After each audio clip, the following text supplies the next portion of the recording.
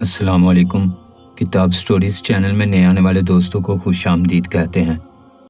جہاں 21ویں صدی میں دور جدید میں ماحول اور رسم و رواج پہلے سے بہت بدل چکے ہیں، لیکن کچھ جہالتیں اب بھی ویسی ہی ہیں۔ جیسا کہ اب بھی معاشرے کا ایک بدنما رخ عورت کو بنی کرنا ہے۔ میرا تعلق بلوچستان کے ایک ایسے پسماندہ علاقے سے ہے جہاں پر عورت کو پاؤں کی جوتی سمجھا جاتا ہے۔ عورت کو غیرت کے نام پر کبھی قتل کر دیا جاتا ہے تو کبھی زندہ درگور کر دیا جاتا ہے۔ عورت اپنے باپ، بھائی، بیٹے کے نام پر پستی چلی آ رہی تھی۔ ہمارے بلوچستان کے اس چھوٹے سے قصبے میں ایک روایت یہ بھی تھی کہ اگر کسی سے قتل ہو جاتا اور قتل کرنے والا خاندان پیسے دینے کی صلاحیت نہ رکھتا تو وہاں کے قبائلی لوگ مل کر ایک فیصلہ کرتے جس کو جرگہ بھی کہا جاتا تھا۔ لڑکیوں کو اکثر نابالغوں کے تنازعات کو ختم کرنے کے لیے اکثر قتل کے معاوضے کے طور پر کسی غمزدہ خاندان کی شادی یا غلامی میں دیا جاتا ہے۔ لڑکی کو بنی بنا کر پیش کیا جاتا۔ اگر قتل کرنے والا خاندان پیسے دینے کی صلاحیت رکھتا ہے تو اس گھر کی عورت کو بنی ہونے سے بچایا جا سکتا تھا، لیکن ایسا بہت ہی کم ہوتا تھا۔ اس فرسودہ رسم پر نہ تو کبھی کسی نے غور کیا اور نہ ہی اس کے لیے کوئی قانون بنا، بلکہ سرے سے کبھی کسی نے آواز اٹھائی ہی نہیں۔ جرگہ ہی وہاں کی عدالت اور قانون ہے، نہ کوئی اس فیصلے کے خلاف جا سکتا اور نہ آواز اٹھا سکتا تھا۔ بدقسمتی سے میرا تعلق بھی ایک ایسے ہی قبیلے سے تھا جہاں ایسی ہی دقیانوسی روایات کا دور دورہ تھا۔ جو کچھ میرے ساتھ ہوا، میں آج بھی جب وہ سوچتی ہوں تو میری روح کانپ جاتی ہے اور دل خون کے آنسو روتا ہے۔ آج تک میں اس جرم کی سزا کاٹ رہی ہوں جو میں نے سرے سے کبھی کیا ہی نہیں۔ ہوا کچھ یوں کہ ہمارے گاؤں میں ایک بہت بڑا زمیندار تھا۔ میرا باپ اور بھائی اسی زمیندار کے ہاں کھیتی باڑی کا کام کرتے تھے۔ زمیندار کا ایک بیٹا تھا جو کہ بہت ہی عیاش اور آوارہ طبیعت کا مالک تھا۔ پورا گاؤں ہی اس کی حرکتوں سے نالاں تھا۔ ایک دن کام سے فارغ ہو کر میرے باپ اور بھائی زمیندار کے گھر دہاڑی لینے گئے تو آگے زمیندار کی بجائے اس کا بیٹا تھا جو نشے کی حالت میں دھت تھا۔ اسے ارد گرد کی کوئی ہوش نہ تھی۔ میرے ابو کے دہاڑی مانگنے پر اس نے حقارت سے انہیں دیکھا اور بولا، دفع ہو جاؤ، آج کوئی دہاڑی نہیں ملے گی۔ میرے باپ نے سر جھکا لیا۔ میرے بھائی کو غصہ آ گیا مگر میرے باپ نے چپ رہنے کی تاکید کی۔ میرے باپ نے بڑی آہستگی سے کہا، صاحب جی، دہاڑی نہیں ملے گی تو کھانا کہاں سے کھائیں گے؟ وہ غصے سے اٹھا اور بولا، تمہارے روٹی پانی کا ذمہ ہمارا ہے کیا؟ نکل جاؤ یہاں سے، اور دھکے دے کر میرے باپ اور بھائی کو گھر سے نکال دیا۔ ابو جی کے کہنے پر اس وقت تو میرے بھائی نے چپ سادھ لی، سب برداشت کر لیا، لیکن دل ہی دل میں اپنی بےعزتی کو لے کر کڑہتا رہا۔ اس بات کو ابھی کچھ ہی دن گزرے تھے۔ میرا بھائی کسی کام کے لیے جا رہا تھا۔ راستے میں زمیندار کا بیٹا اپنے دوستوں کے ساتھ کھڑا تھا۔ جیسے ہی اس نے میرے بھائی کو دیکھا تو اپنے دوستوں کے ساتھ مل کر میرے بھائی کا مذاق اڑانے لگا اور میرے بھائی کے راستے میں آ کر کھڑا ہو گیا۔ میرا بھائی جو اس دن کے واقعہ کو لے کر پہلے ہی غصے میں تھا، اس سے مزید غصہ آنے لگ گیا۔ اس کے ہاتھ میں درانتی تھی جس سے فصل کاٹا کرتا تھا۔ اس نے وہی درانتی زمیندار کے بیٹے کے سر پر دے ماری۔ زمیندار کے بیٹے کے سر سے خون کے فوارے چھوٹ پڑے۔ خون کو دیکھتے ہی زمیندار کے بیٹے کے دوست وہاں سے بھاگ کھڑے ہوئے اور وہ وہیں پر گر کر تڑپنے لگا۔ اس کی سانسیں اکھڑنے لگیں اور وہ وہیں دم توڑ گیا۔ گاؤں کے ارد گرد کے لوگوں نے یہ سب دیکھ لیا تھا۔ میرا بھائی یہ سب دیکھ کر گھبرا سا گیا اور اس پہ خوف طاری ہو گیا اور وہ درانتی وہیں چھوڑ کر گھر کی طرف بھاگ گیا۔ گاؤں کے لوگوں نے یہ بات زمیندار کو جا کر بتا دی، جس سے زمیندار غصے سے پاگل ہو گیا۔ اس نے اسی وقت گاؤں کے تمام قبائلی لوگوں کو اکٹھا کیا اور جرگہ بٹھا لیا۔ جرگے میں سارا فیصلہ طے ہوا۔ پہلے تو بھاری رقم کا مطالبہ کیا گیا جو کہ زمیندار جانتا تھا کہ ہم نہیں دے پائیں گے۔ اتنی بڑی رقم مجھ غریب کے پاس کہاں سے آئے گی؟ میرے باپ نے جرگہ والوں کو مخاطب کرتے ہوئے کہا۔ اس پر جرگے والوں نے کہا کہ اس قبیلے کے رسم و رواج کے مطابق تمہارے پاس 3 راستے ہیں، یا تو خون کے بدلے خون بہا کیا جائے، یا مطلوبہ رقم ادا کی جائے، یا اپنے گھر کی کسی عورت کو تمہیں بنی کرنا ہوگا۔ اس پر میرے باپ اور میرے بھائی نے پریشانی کے عالم میں ایک دوسرے کی طرف دیکھا، کیونکہ وہ جانتے تھے کہ یہ فیصلہ اٹل ہے، اس کو بدلا نہیں جا سکتا۔ میرے باپ اور بھائی نے التجا کرتے ہوئے کہا کہ ہم غریب لوگ ہیں، اتنی بڑی رقم کا انتظام نہیں کر سکتے۔ تو اس پر جرگہ نے یہ فیصلہ کیا کہ ان کی بیٹی کو بنی کر دیا جائے۔ اس پر میرا باپ اور بھائی بے بسی سے اٹھ کر گھر آ گئے۔ گھر آتے ہی میرے ابا نے میری اماں کو ساری بات بتا دی۔ یہ بات سن کر اماں کی آنکھوں سے آنسو جاری ہو گئے، کیونکہ ایک عورت ہی دوسری عورت کا درد سمجھ سکتی ہے، اور وہ تو پھر میری ماں تھیں۔ میں جو چپکے سے یہ سب سن رہی تھی، سن کر سکتے میں آ گئی۔ بے اختیار میرے آنسو بہنے لگے، دل زور زور سے دھڑکنے لگا۔ میں جانتی تھی کہ جو فیصلہ میرے لیے ہو چکا ہے وہ پتھر پر لکیر ہے۔ میری یہ حالت تھی کہ کاٹو تو لہو نہ نکلے۔ کون تھا جو میرے دل کی بات سنتا؟ یہ تو ایک رسم تھی، ایک رواج تھا جسے مجھے نبھانا تھا۔ مجھے اپنی بے بسی پر رونا آیا۔ خیر اگلی صبح میرا نکاح زمیندار کے بیٹے سے پڑھا دیا گیا اور یوں میں زمیندار کے گھر آ گئی۔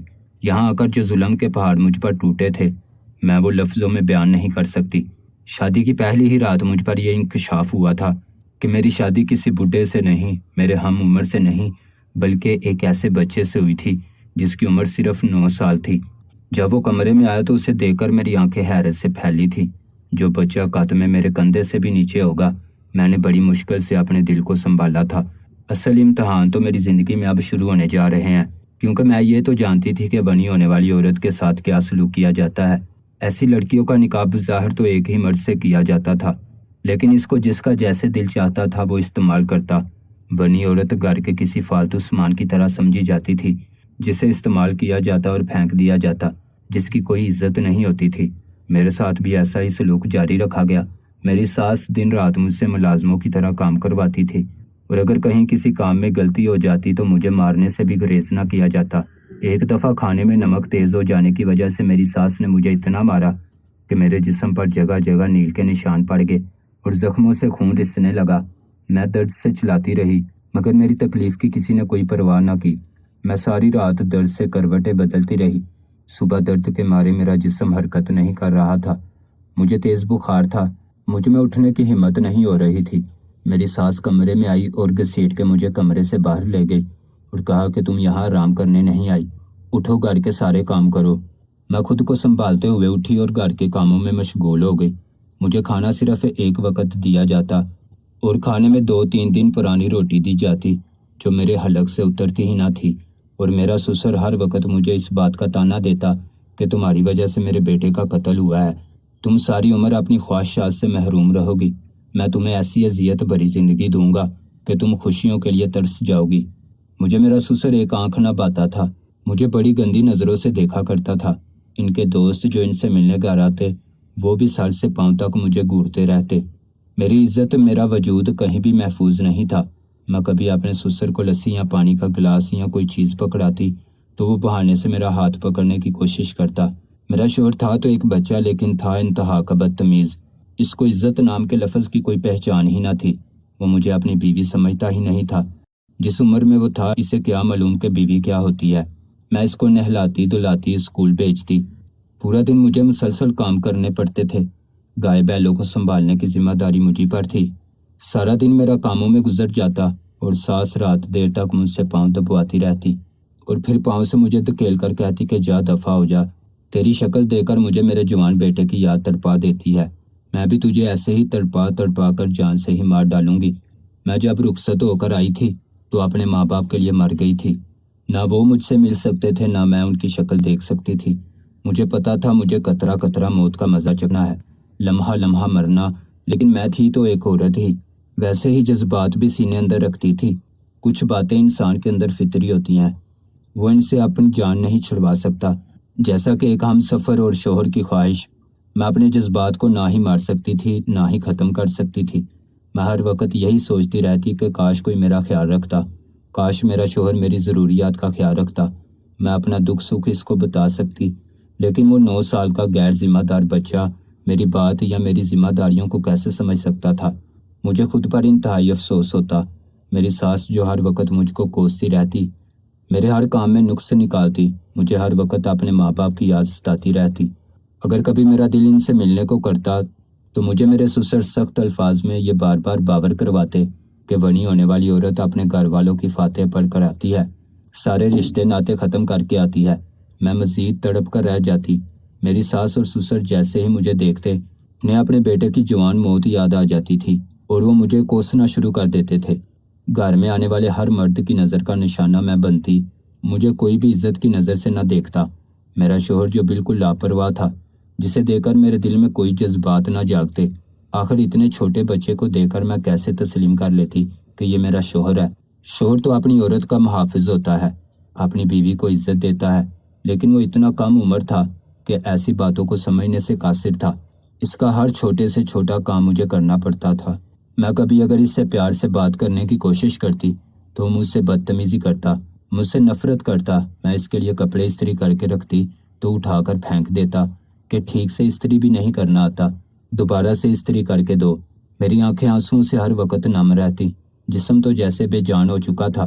پھر ایک رات ایسا ہوا کہ میرے سسر آدھی رات کو میرے کمرے میں بغیر دروازہ کھٹکھٹائے داخل ہوئے۔ میں اچانک انہیں اپنے کمرے میں دیکھ کر ڈر گئی۔